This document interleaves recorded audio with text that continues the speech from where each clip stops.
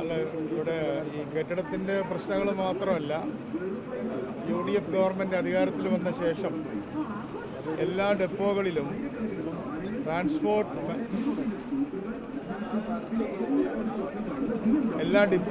Transport management committee നിലവിൽ വന്നിരിക്കുകയാണ്.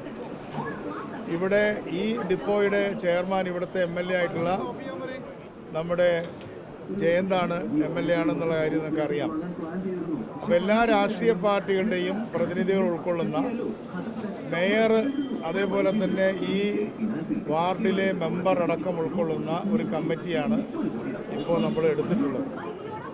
അപ്പോൾ അതിൽ ഓരോ ഡിപ്പോയിലെയും പ്രശ്നങ്ങൾ എങ്ങനെ പരിഹരിക്കാമെന്നതിനെ സംബന്ധിച്ച് ചെറിയ കാര്യങ്ങളിലൊക്കെ തീരുമാനമെടുക്കാനും നടപ്പിലാക്കാനുള്ള അധികാരം അവർക്കുണ്ട്.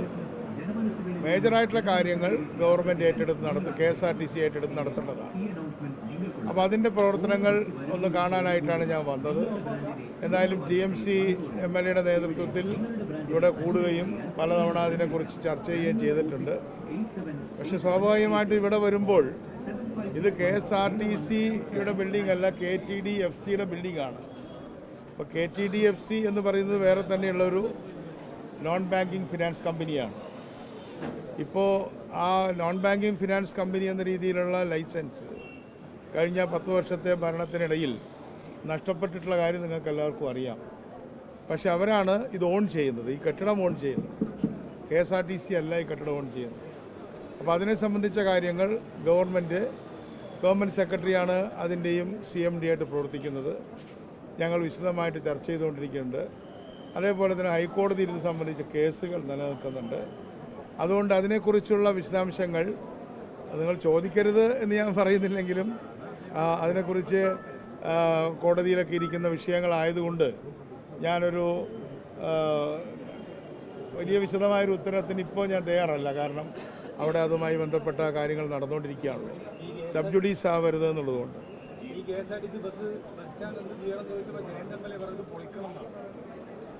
മാറ്റാതെ ഈ അപകടാവസ്ഥയിലൂടെ മുന്നോട്ട് പോകാൻ പറ്റില്ല. ഈ നഗരത്തിലെ ജനങ്ങൾക്ക് ഒരു വലിയ അപകടാവസ്ഥയാണ്. അതിനെക്കുറിച്ച് എന്താണ് പറഞ്ഞത്? അതെ, അദ്ദേഹത്തിൻ്റെ അഭിപ്രായം അതാണ്. അത് നമുക്ക് പരിശോധിക്കണം. അത് പരിശോധിച്ച് വിദഗ്ധന്മാരുടെയും കൂടെ അഭിപ്രായങ്ങൾ കേട്ടതിന് ശേഷം ഗവൺമെൻറ് ഒരു ഡിസിഷൻ പറയുമ്പോൾ നമുക്കങ്ങനെ ഒപ്പീനിയൻ പറയാൻ പറ്റില്ലല്ലോ, ഡിസിഷനല്ലേ പറയാൻ പറ്റും. ഒപ്പീനിയൻസ് ഉണ്ട്.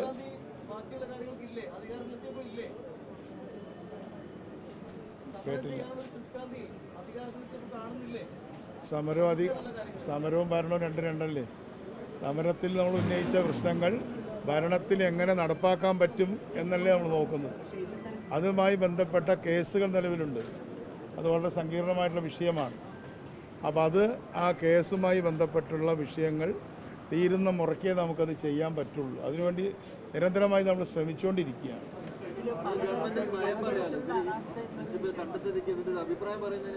ഞാനൊരു ബിൽഡിംഗ് കണ്ടിട്ട് അത് പൊളിക്കണം എന്ന് പറയാൻ മാത്രമുള്ള വിവരം എനിക്കുണ്ടോ? അത് ഗവൺമെൻറ് ഏർപ്പെടുത്തുന്ന ഒരു എക്സ്പേർട്ട് കമ്മിറ്റിയാണ് അതിനെക്കുറിച്ച് ഒപ്പീനിയൻ പറയുന്നത്.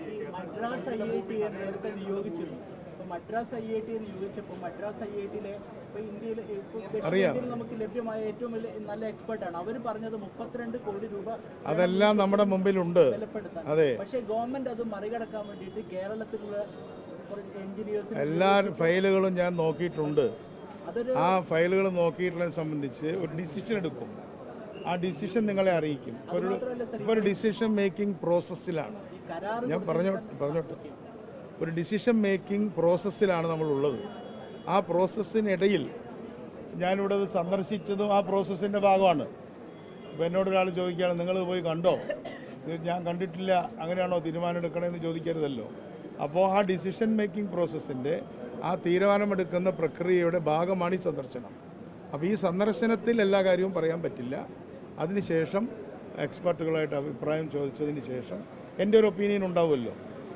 അപ്പോൾ 5 കൊല്ലമായി കെട്ടിടം അലിഫ് ബിൽഡേഴ്സിന് നൽകി. അല്ല, നമ്മൾ പറഞ്ഞു കഴിഞ്ഞല്ലോ. അതല്ല സർ, എൻ്റെ ചോദ്യം അതല്ല.